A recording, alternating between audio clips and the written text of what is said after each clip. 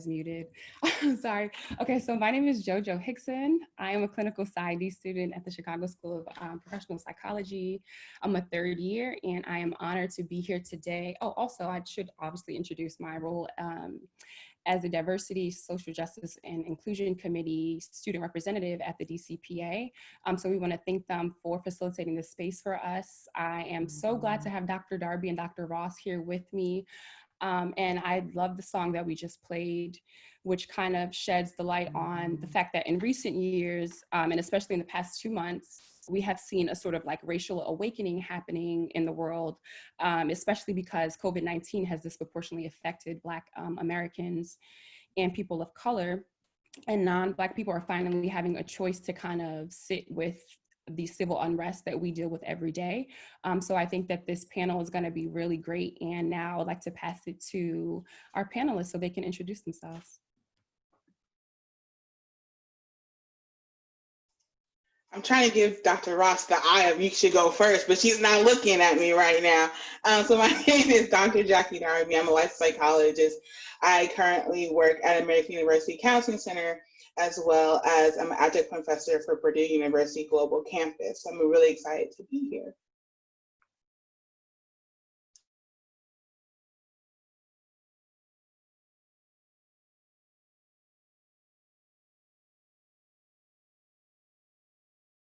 Can you hear us, Dr. Ross? Mm-hmm. Hello, everybody. Hi, I'm Dr. Ross. So just a few things about me. I'm a clinical psychologist. I'm a veteran. I'm an advocate. I'm an educator. I probably have a lot of energy all the time. I'm very excited. And I also wanted to take the time to thank everyone who's in attendance today, because, you know, one thing I would like to clarify is this fight has been going on forever. It's not new. So I appreciate you taking the time, you know, to be a part of the conversation and hopefully advocacy and change. Thank you for that, Dr. Darby and Dr. Ross. So now I'm going to go ahead and get this thing started. My first question for you guys, I felt like it would be relevant to ask, because a lot of people aren't understanding, why do we need to still have these hard conversations? Why do we need to call out our racist relatives and neighbors and friends and family?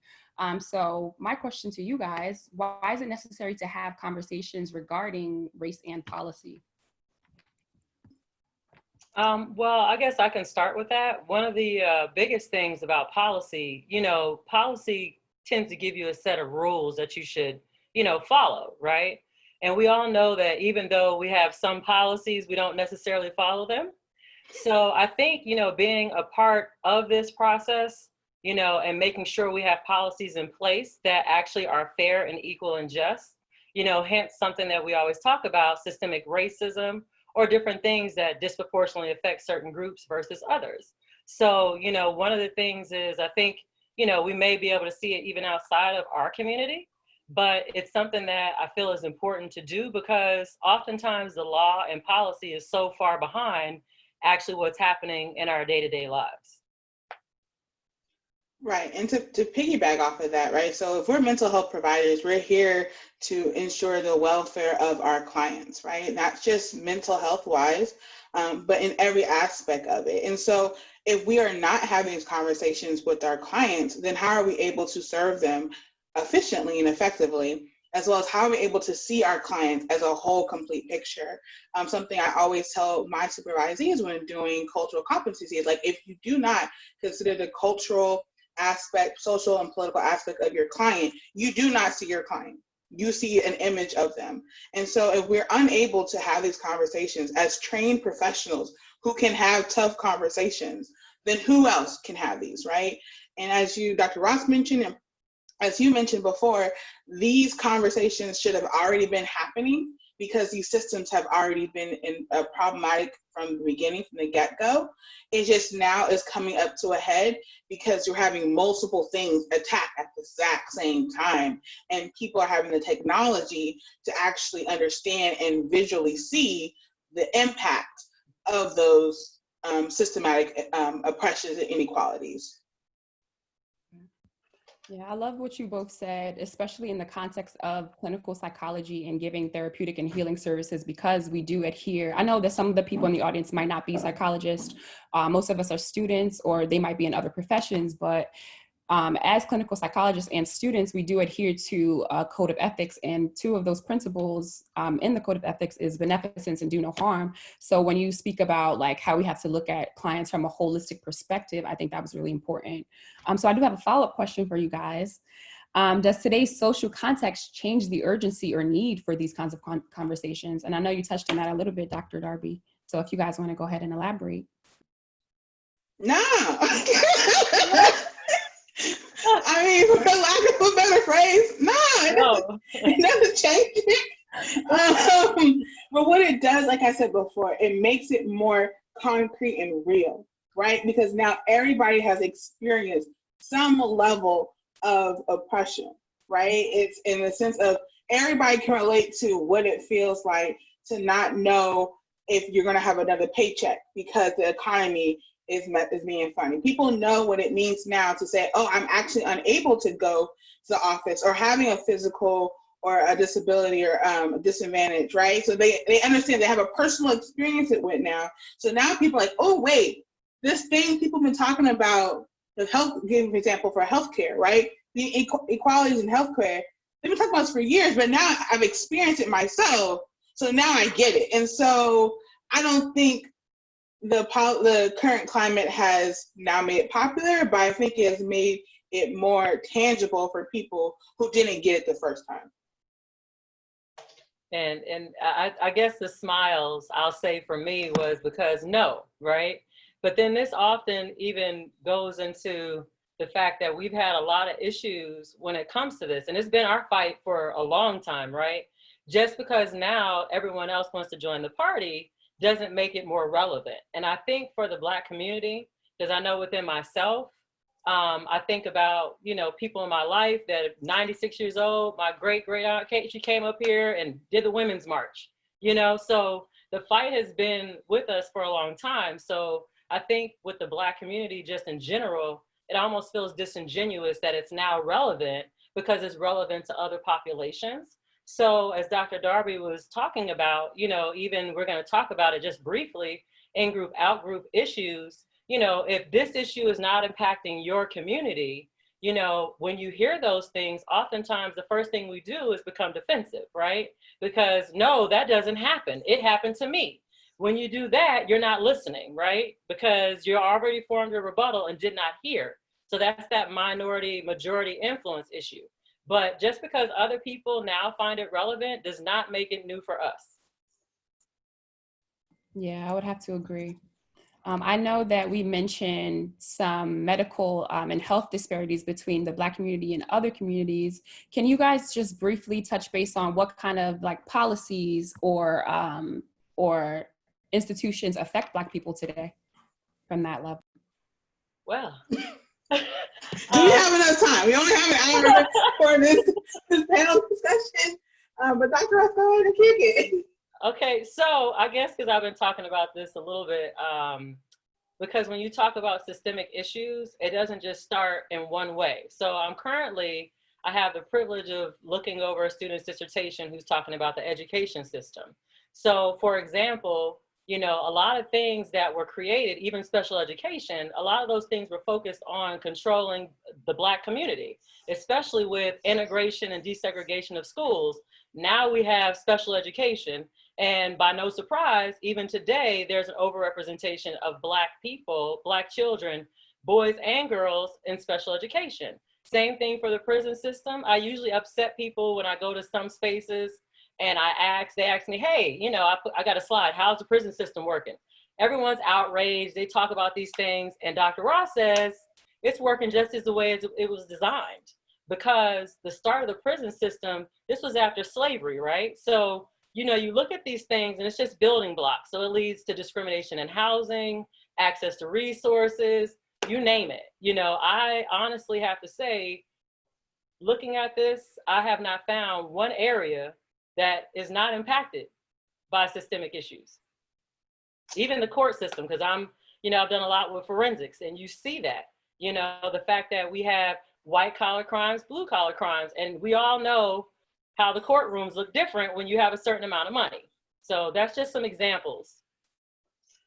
I mean, you great examples. I'm going to go all the way back, right? The founding of this nation, Yes. right, was founded on systematic inequalities, right? We the people did not include everybody. And in fact, for Black people, there's only 3/5. They weren't even a whole person, right? So it was started from the foundation of the system not working for or with Black people, and has now continued on into this day. The 1619 Project is a really great resource that shows how it laid out from the beginning. And so when people are talking about systemic oppression and inequalities, you got to go all the way back. Don't just start in the middle in the 50s, right?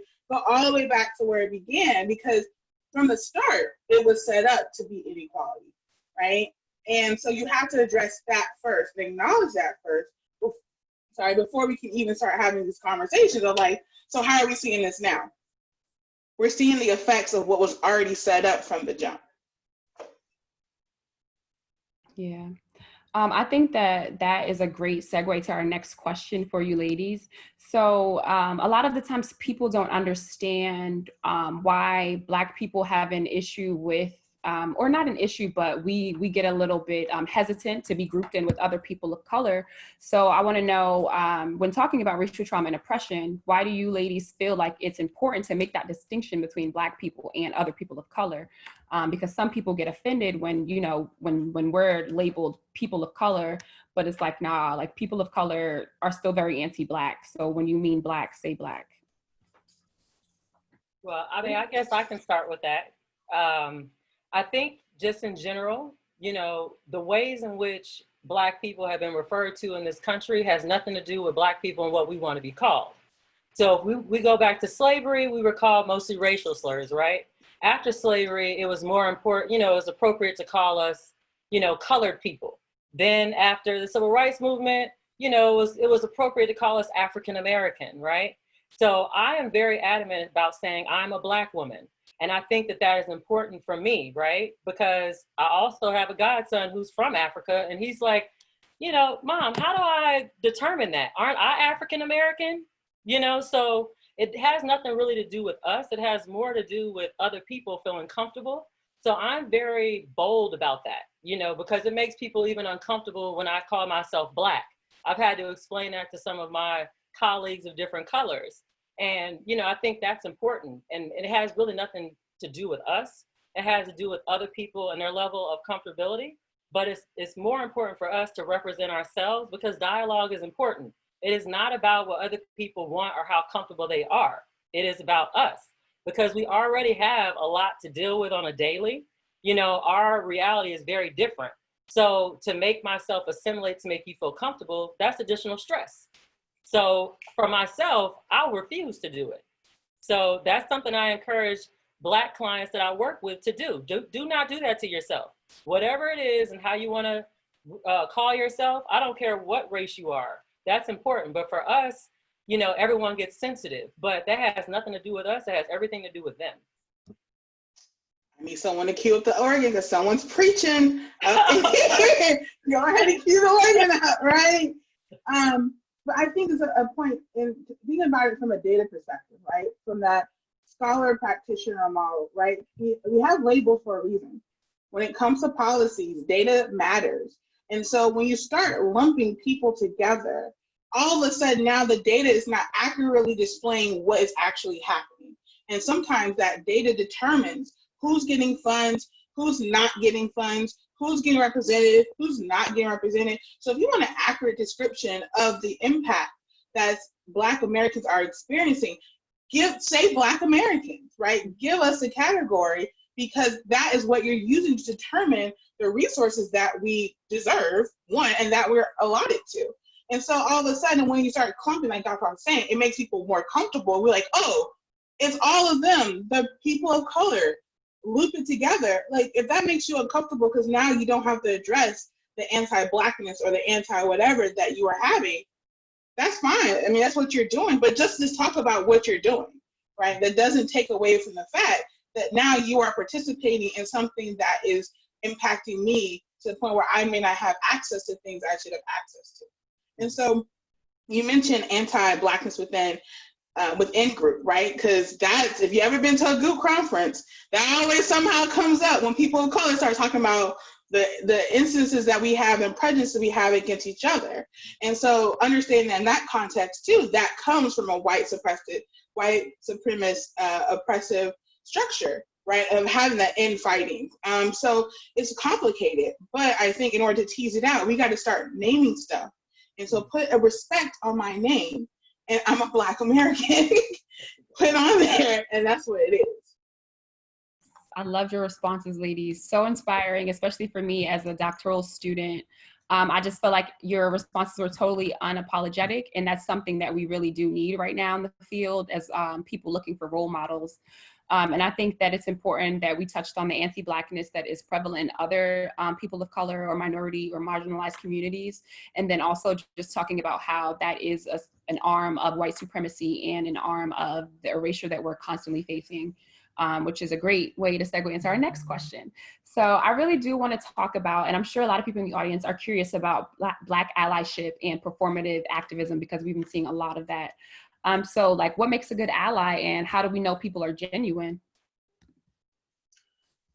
I'll take this one. I think it starts with intentionality, right? No one can tell you you're an ally. It's kind of like being called an alcoholic. No one can tell you you're an alcoholic. You have to actually own that label up for yourself, right? So if your intention is good, then you can start calling yourself, and you're actually doing the work of an ally, then you can start calling yourself an ally. I can't give you that label. It's not like a brownie patch. Like, here's your ally patch. I can't do that, right? But the problem comes in is when people are not honest about their intention, right? They want to actually do something because it's the norm. It's cool. It's going to get them likes on the gram. It's going to, make them popular in social circles. They want to be seen. And so they're doing this thing, but the intentionality is not there, right? Because activism is not something that you do in a moment. It is a marathon. And so if you are not prepared to do the work, then go ahead and sit down, because you're taking up space for someone who can actually do the work. And so that's the first part. In terms of genuineness, that's, again, a personal thing, right? You got to have these tough conversations of like, let me ask you these questions. Are you in it for the long haul? Are you actually being intentional? Are you mindful of what you're doing?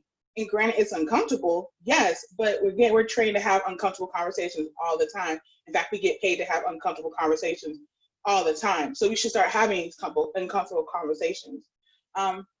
In terms of performativeness of it, again, that's calling people to the carpet and holding them accountable to what they're doing, right? Ethically, we're obligated to hold each other accountable, right? If I'm doing something unethical, please check me, right? That's what the ethical guidelines are talking about, right? So it's an obligation to start questioning the intent and the motives of these individuals to say, hey, why are you doing this? What is the reason? I'm not saying it's wrong for you to do it. I'm just asking the intentionality of it, because if it's not intentional, it's going to come through and people are going to know and take notice. For me, I guess I'll just say something brief. One of the people in the audience, Bonnie, I'm with you. Ally is a verb. It's all about, doing your work, right? And for me, because I work with a variety of different communities, so for example, I work with a lot of LGBTQ+ community. So when I come there, I let them know I'm an ally, right? Because the biggest thing is respect.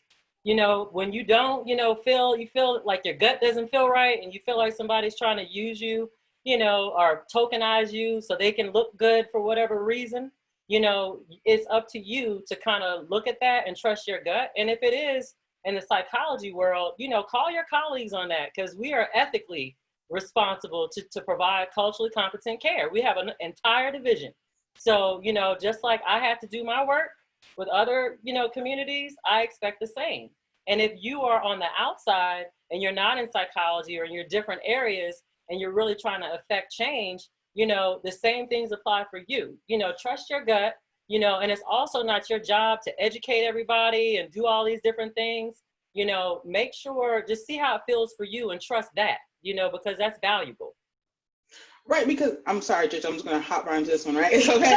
Because you brought up an interesting point, right? When you are in position to do work, right, allyship, and you're doing it with malintent, you're actually being more harmful than you are being helpful. because now the attention is going to turn not on the actual work that you did, but rather is going to turn into the mess and mayhem and foolishness that comes after it, right? I'm thinking of recently, there's a big discussion right now happening where former bands, formerly known as Lady Antebellum, changed their name to Lady A, right? And then, but not realizing that a Black woman who has that stage name for 20 years goes by Lady A, and now they're trying to sue her for that name.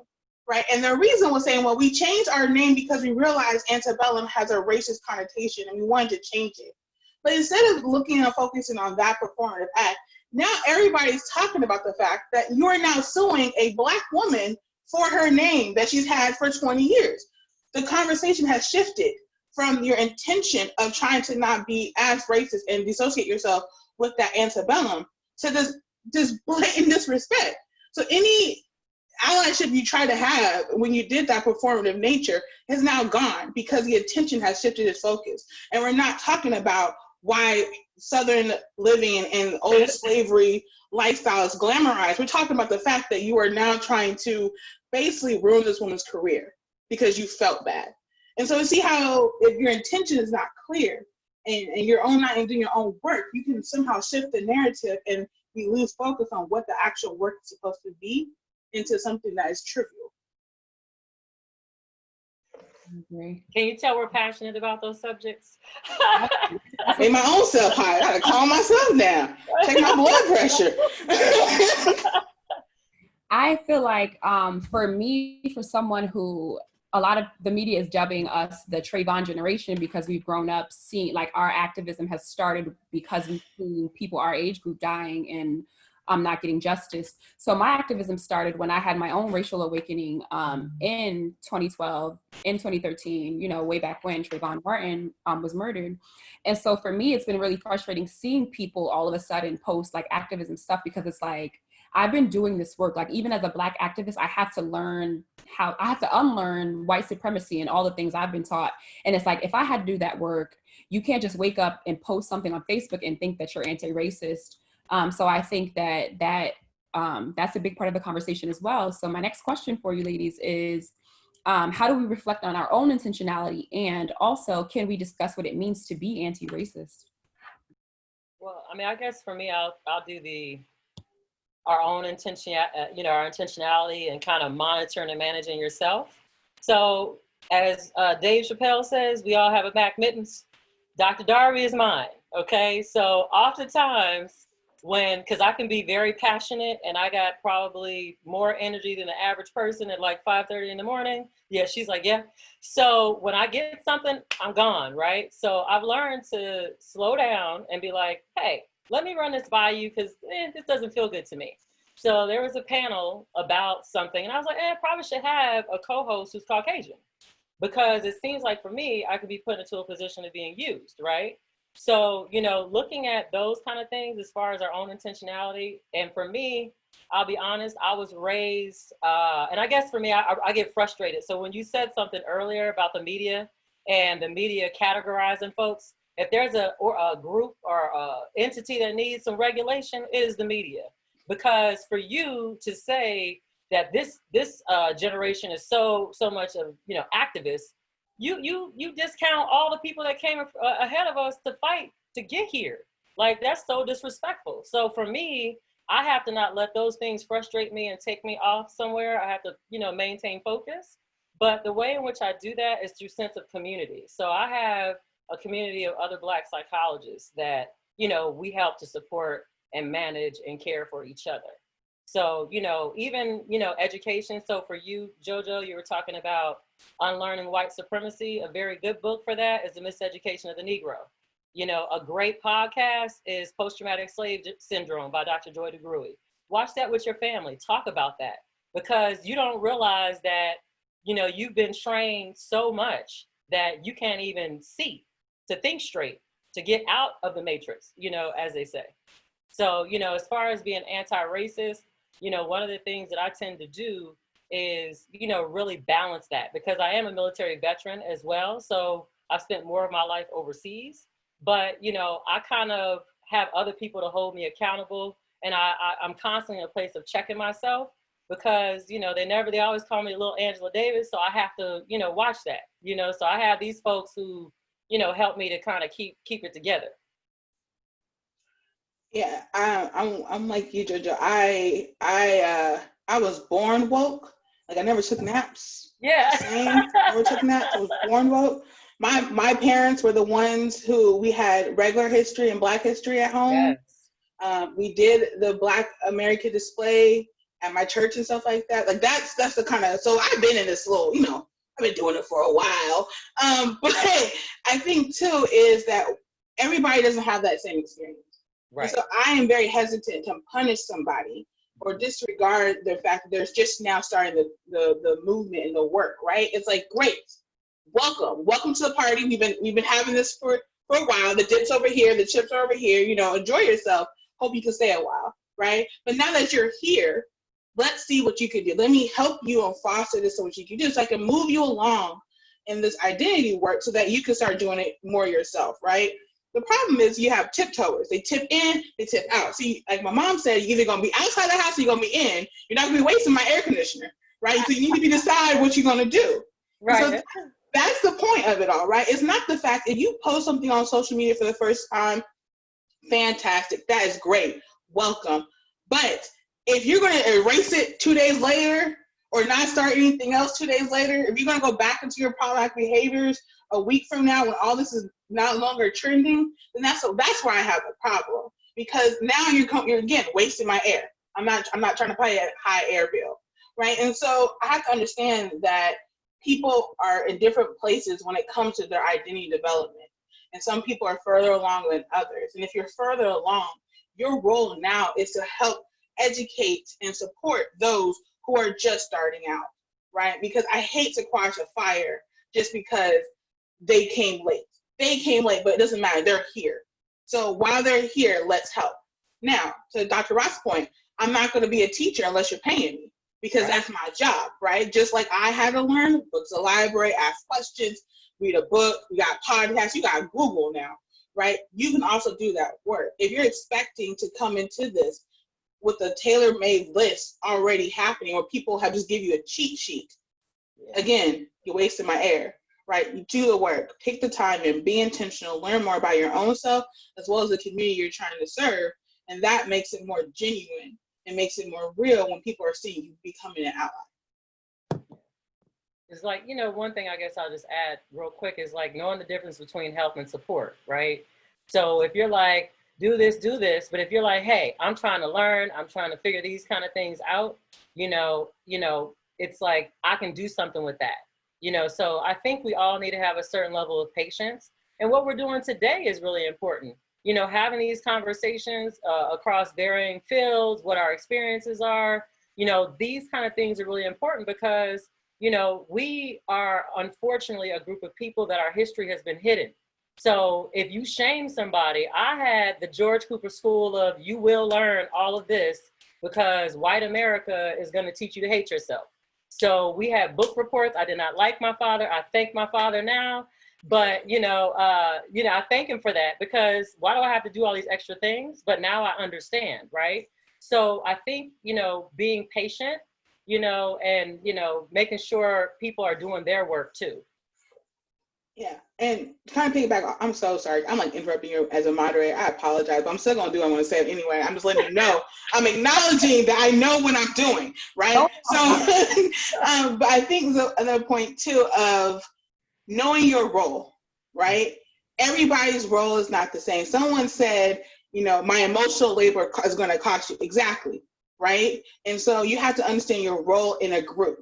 And so sometimes your role is just to be silent and let them go through the process, because when they go through the process is how they learn. And then sometimes your role is to actually be vocal because you need to help move the group along. You have to understand that. The problem is that America sometimes expects Black people to be the one always doing the work. And then that's a problem, because one, we get burnt out and tired. And two, if we are always doing the work, then white America will not do the work. Why would they? Right? It's already done. Why would I put effort into doing it unless you are moved to do it? Unless someone says, no, I believe in you. You got this. Go ahead. Why don't you try? Why don't you just take a step out, risk it, take the risk, right? And so we have to understand our role in it, in this allyship, and looking for allies and doing this therapeutic work, political and social justice work, to understand our role in all of this that they're going on, right? Because it's more than just reading a book. Although reading a book will get you started, it's more than just that. It's more than just listening to a podcast or posting on social media. It will get you started. But again, this is a marathon for you. You got to keep on going. I'm so happy you guys made those comments, because like I hear you loud and clear. Because for me, I'm someone that my tolerance is very low, but I'm trying to humble myself. I'm trying to move away from, Black elitism, just because I've been studying this and I have the accolades, it doesn't mean that I'm better than you. So I really am trying to humble myself. But for me, it feels frustrating because when people are telling me things that I've been talking about for years, it's kind of like patronizing. But also, like to your point, you said that people are in different points in their identity development. So I'm going to have to keep that in mind next time. You can still call them out the fact that they're patronizing you, though. That has nothing to do with their development. That's their tone. You could call them out for that, right? You know, like sticky line, fine line. Well, and JoJo, for you as a budding psychologist, you're going to learn. I don't do anybody's work for them. I had enough of my own work to do. So typically when people ask me, they usually find me because I usually have on some, definitely Afrocentric t-shirt, and I look very Black when I'm in public. So I usually get approached about different things. And some man approached me, white man, like, oh, what do you think? And I'm like, you're not gonna get a show. I said, how about you do this first? Read this book, read that book. I will give you resources. Then you can come back over here. And just like when we were growing up, a lot of Black families, what is it? You had the little kids table and you had the big kids table, right? So sometimes folks need to realize they have to do their work before they can come over to the big kids table and have that discussion, right? So, knowing where you're at and respecting that place. And then also not feeling ashamed. There's a lot of shame with us as Black people about our history because we don't know. Well, that is by design. It is not a surprise. And then your shame will keep you from learning. Do you see how that works? So you have to make sure that, being mindful of that. So don't get mad at yourself, but then that's also where a sense of community is important. I know a bunch of us mentioned, I know a lot of us are tired of having to educate people, especially because this is a system that is being perpetrated against us. But especially right now with this racial awakening that everyone's going through, people are looking for Black people because they don't want to say the wrong thing and they don't want to, they want us to educate them. So my next question for you ladies is, how do we avoid being tokenized? One, just had the conversation earlier. You have to know your worth, right? In the words of Diamond from the Players Club, don't let them, make the money and let the money make you. Yeah. Right? Yes, I quoted that. I love it, Jackie. Because it's true, right? Is that you have to understand your worth. I do not educate people unless I am doing a job. Right. And if someone came up to me on the street like, well, what's your opinion? I'm going to do the classic therapy move. That's an interesting question. Well, why do you want to ask me that? Right? The classic shift. It works wonders, right? And we're going to have a discussion of why you felt so impelled and so encouraged to come and talk to me out of millions of people to come ask me the question, right? And then from there, I'm going to listen to see, are you really ready to have this conversation? If I'm listening and I'm not hearing these key words that you're ready to have this conversation, then I'm not going to have the conversation, right? Oh, I hit her with that first, Jackie. I know. I was so generous. Right. And then sometimes there are days and once I'm like, you know what? I have the emotional and mental energy to do this. Let me go ahead and engage with you in conversation. And just because I know you might be in a position where, hey, you actually might be at more tables than I am. So let's go have this conversation so we can do this work. So I can see you have some movement so I can know, okay, you're good to go. But you have to know your work, right? If you feel pulled to do it every single time, start asking yourself, why am I allowing them to use me like this? Mm-hmm. Why am I allowing to be why am I not respecting my own boundaries? Like we teach clients boundaries all the time. Why do we have a problem setting our own? So I think it's the first step, knowing your worth, and then also too, knowing your boundaries. No is a complete sentence, period. No explanation needed. So sometimes a simple, nah, I ain't going there, or no, and walking away is all you need to do. Yeah, and I agree with that. And just even with that piece, the other side of tokenism is this, right? Some of us, we have the opportunity to be in spaces where there are none of us. I've had that a lot, being in the military, and then oftentimes, oh, well, you're so different than the other ones. And then I have to tell you about that. But at the same time, I was in the United States military. So that's a very old system, right? So I had to figure out, that angers me to levels that I can't, tolerate. But at the same time, there is value in being a person who's in that position and being the first, right? Because for me, I'm the type of person where if I have the opportunity to have a seat at this table, I'm going to do it. But I'm also with that, as Dr. Darby said, the boundaries. I've been in spaces or even some of my training experience where you're the only Black doctor. Okay, well, since I'm not a doctor right now, I'm an intern. But with that being said, why do you feel like you need to come here? Because I'm not the Black representative. As each patient comes across in front of you, they are unique and original, right? You're a Black person, so you have this list of experiences, and people often have that. So I'm quick to, have those boundaries and then, flip that and reverse it. Like Missy Elliott said on them, like, do your own work. Do not try to make me do your work. And I'm not here to make you feel better. Right, and also a point of allyship is bringing people along with you. So if you're at the table, you better make sure you have a chair and you bring in someone else. Ask Dr. Ross. I'm like, hey, I have the opportunity. Are y'all available? Or how I got to this presentation is because Dr. Ross is like, hey, Dr. Darby, do you have availability on this day? I think it's gonna be a good fit for you. Absolutely, right? So building that community, making sure you have people at the table so that when you leave to go into bigger and better things, there's no vacuum, right? You're like, now that voice is gone. Like, no, there are other people who can represent the community as well at this table. I love what you said about community, because that's a huge trait in our culture, our collectivistic culture, because even in my position as this new position, as the student representative of this committee, I've already talked to Dr. Paul. We've already had several discussions, and I'm like, yeah, I have this idea about student panels, and I want to bring this person on board and that person. And it's basically like, if I'm going up, my people are coming up with me. And that's just how I feel. That's how we're wired. So in the interest of time, because we do want to take questions, I have one more question for you ladies. What are some ways to get engaged in social justice for those in the audience that are wanting to do that? For me, what I'm going to do, JoJo, I'm actually going to send you a list, because I've been sending it to my clients, because part of dealing with racial trauma and stress is, feeling like you can, affect change. So what I'll do is I'll send you a list, and it's an exhaustive list. I tell everybody, if we all do our one thing that we're into, whatever it is, that makes a difference. So there is one group that looks specifically at, monitoring the media, police force, hospitals. So what I'll do is I'll send that to you so people actually have something tangible that they can get access to. But for me, I feel like finding what your niche is, what your passion is, and go for that. Because I feel like sometimes within the Black community, it's like, if you aren't mad about this one thing, then, you're wrong. It's like, no, we all have things we're passionate about.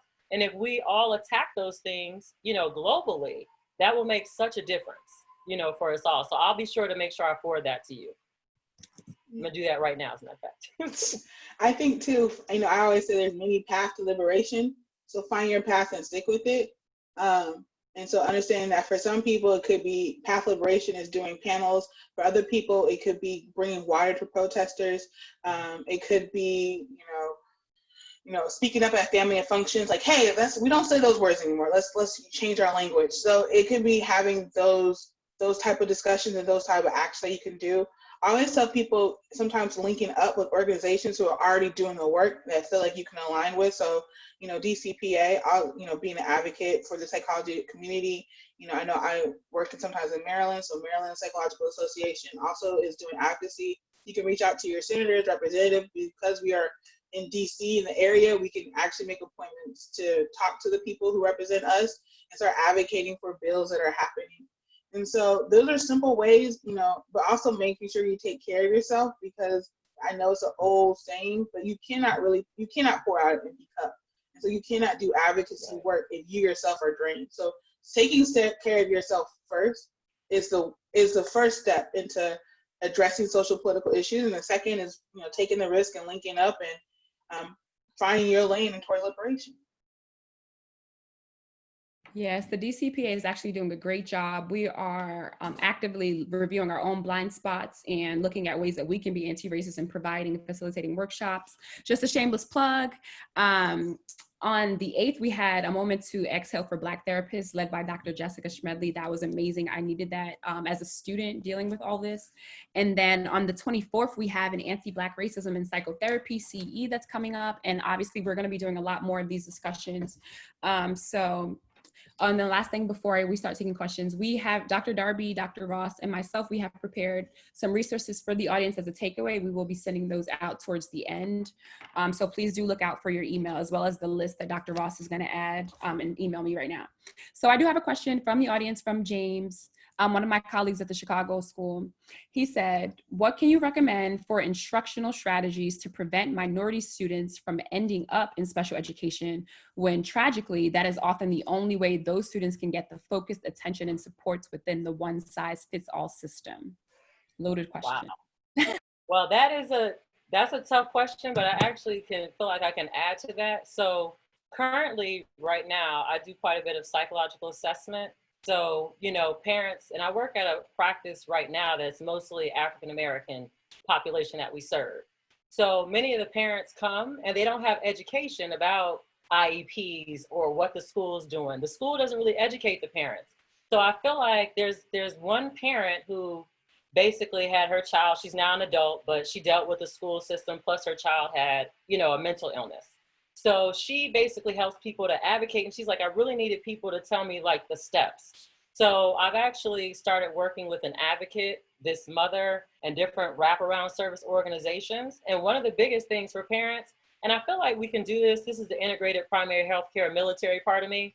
Why when we give parenting classes, wouldn't we include this to talk about this if these things happen? Why don't we talk about mental health issues that could possibly happen to your child, even in parenting? Now, when you are in school settings, one of the talks that I often do is about bias in psychological assessment. Not just assessment, any test that is created in this country is biased towards us. We tend to do worse on these measures, but it's for a reason. So one of the things that I often feel like is so powerful in this process is education and advocacy. My parents laugh and the schools aren't used to it because I tell them if they don't want to listen, I will show up. I have no problem. If I got to physically be there or on the phone, I am there. Because a lot of these schools and sometimes school psychologists are not staying in their lane or trying to extrapolate from reports from a psychologist. And these children are unfairly labeled. And, it is a known fact that more African-American children or Black children, however they want to say it, the literature says African-American because that's supposed to be politically correct. But either way, there are more of us disproportionately in special ed. And we oftentimes, when we go for diagnosis, so for all the psychologists in the building, I need you to listen to those in the back. If a child is diagnosed with ADHD or depression, I do not want to see you also diagnose them with oppositional defiant disorder or conduct disorder. If they have not had treatment, you can put that as a rule out, right? So these are some of the things that we have to do even within our own career field. So one of my bigger things for that, to answer that question, is education and advocacy, because I think we often feel like the schools are doing everything they're supposed to. And I'll be very honest, I've seen the schools not doing what they should be doing, more so, but then that's not their fault because it's a lack of resources. So it's like, again, these systemic issues, this is why we need to have these conversations, because I know teachers who work so hard, but they're getting bogged down because they need to teach to state tests and not prepare you for life. So, all this goes on and on and on, like in a circle. I have nothing more to add to that. Just, yeah. Yeah, education and advocacy, because it's so thick. I mean, just to be fair. No, I'm so happy you touched on that, because I was like, I can't wait to say what I learned before, about like how systemic oppression plays a large role in that, because these kids are not getting individualized attention because there's 30 students to one teacher, and they're expected to, corral their behavior and teach them all these things. So I'm so glad you mentioned that. A question we have from Karen, she asks, what do we do if we ask someone what their preference is and they say whatever you want? I'm assuming she's referring to identity, Black people, how Black people are wanting to be identified, but I'm not too sure. So I think first is to get clarification, right? If we're confused, we ask questions, and having them actually state what do they mean by the statement. Now, if they say, well, you can just refer me to as however you want, refer however you feel comfortable. Also knowing that and telling them, if this feels uncomfortable, correct me, and I can always change, right? And also having a conversation with them about the importance of, well, no, this is your identity. Right. How do you feel, right? Because sometimes they may not be used to actually advocating for themselves and actually stating what they want because they have been conditioned either by life circumstances that their voice is not heard or important. So one, ask questions. Two, if they're saying, if you get to clarification, use your preference. And three, actually teaching them the importance of owning up to their own identity. Anything to add, Dr. Ross? Well, I mean, just with that, if I hear someone say that to me, I'm like, why do you, because that's why you're probably sitting across from a psychologist in the first place. If you can't even, assert yourself, and I'm sorry, that's the military part of me. I'm like, hey, say it loud, say it proud, be this, be that, So for me, I have a question about that, because I feel like identity, or I'm older probably than a lot of people on here, but a Stretch Armstrong, like a Gumby, people pull you all over the place. That's what you're letting folks do. Again, back to boundaries, but we do, I'll be honest, as Black people, we have to walk a tightrope sometimes, right? Because depending on our spaces, but at the same time, also knowing that you may not have to all the time, it just really depends.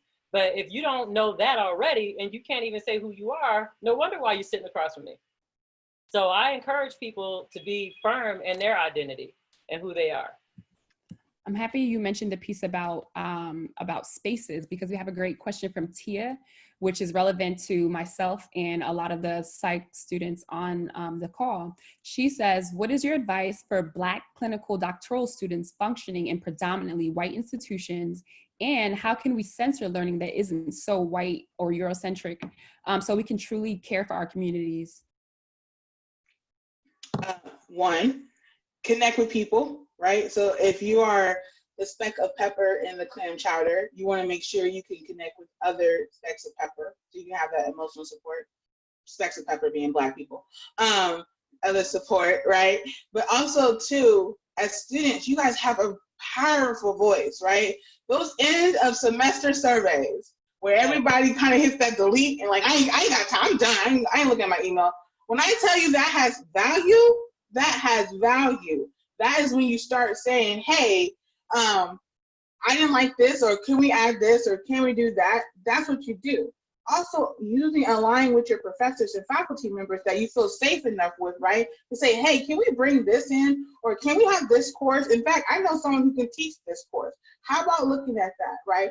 Get in these positions where you can be student representative, so that you can actually expand your own network, so you can bring other people in and have that and help them help explore with other students of what's going on, right? So don't think, oh, I'm just a student and I'll just sit here and just try to get my degree. Use your voice and advocacy. I mean, it takes a lot to get kicked out of a program, so I don't feel like you're going to flip over tables and chairs, but definitely use your voice when it comes to making sure you're getting the education that you want and desire to be able to serve the students the population that you want to serve.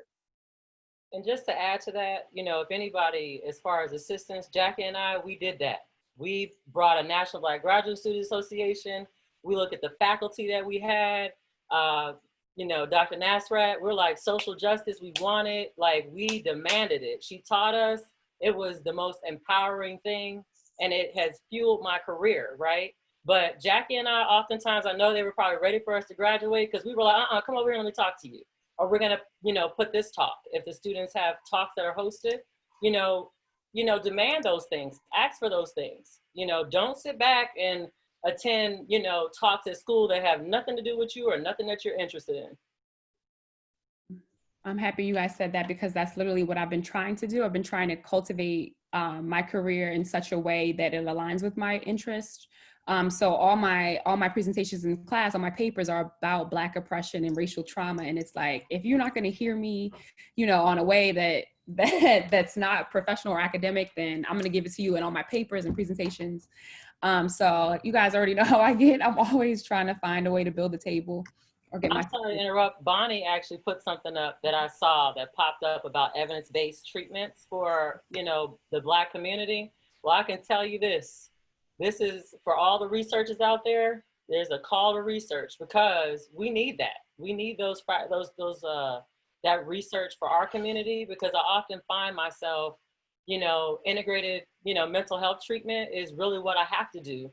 Because those standard, evidence-based treatments, they do not necessarily work with our population. Trust me, I have heard people get cussed at through the wall who thought they were going to do a certain, type of therapy with a couple one time, and they're like, "What are they talking about?